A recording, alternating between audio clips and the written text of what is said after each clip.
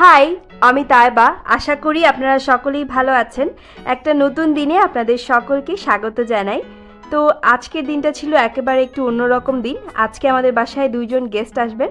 তো তাদের জন্য কিছু আয়োজন করতে হবে এবং এই আয়োজনের সকল কিছু আমার আম্মু করবেন। তো আম্মুকে একটু সাহায্য করব। এরপরে সকালে ঘুম থেকে উঠে আমি চলে আসি বারান্দায়। বারান্দায় গাছগুলোকে পানি দিচ্ছিলাম, কারণ ২-৩ দিন ধরে একেবারেই বৃষ্টি হয়নি, যার কারণে পানি দেওয়া একেবারে জরুরি হয়ে গিয়েছিল। এরপর ব্রেকফাস্টটা করে নিই। ব্রেকফাস্ট করার পরে একটু ঘরটা গোছাচ্ছিলাম।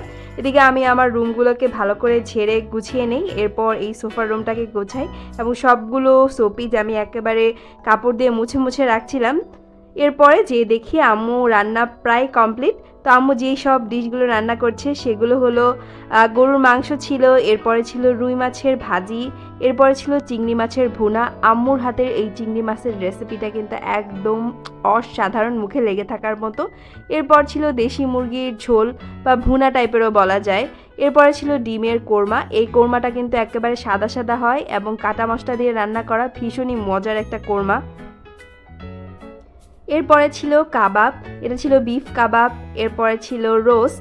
এই রোস্টটা দেখতে অনেক সুন্দর হয়েছিল, আর এবার রোস্টটা খাইতে একেবারে মিষ্টি মিষ্টি হয়েছে, একেবারে অন্যরকম। আমার এরকম মিষ্টি রোস্ট খুবই পছন্দ। এরপর এই সালাদগুলো আমি রেডি করেছিলাম এবং এই ডিশ মেনুর সাথে আরও ছিল দই আর মিষ্টি। এই তো মেহমানদের সার্ভ করতে করতে একেবারে বিকেল হয়ে যায়।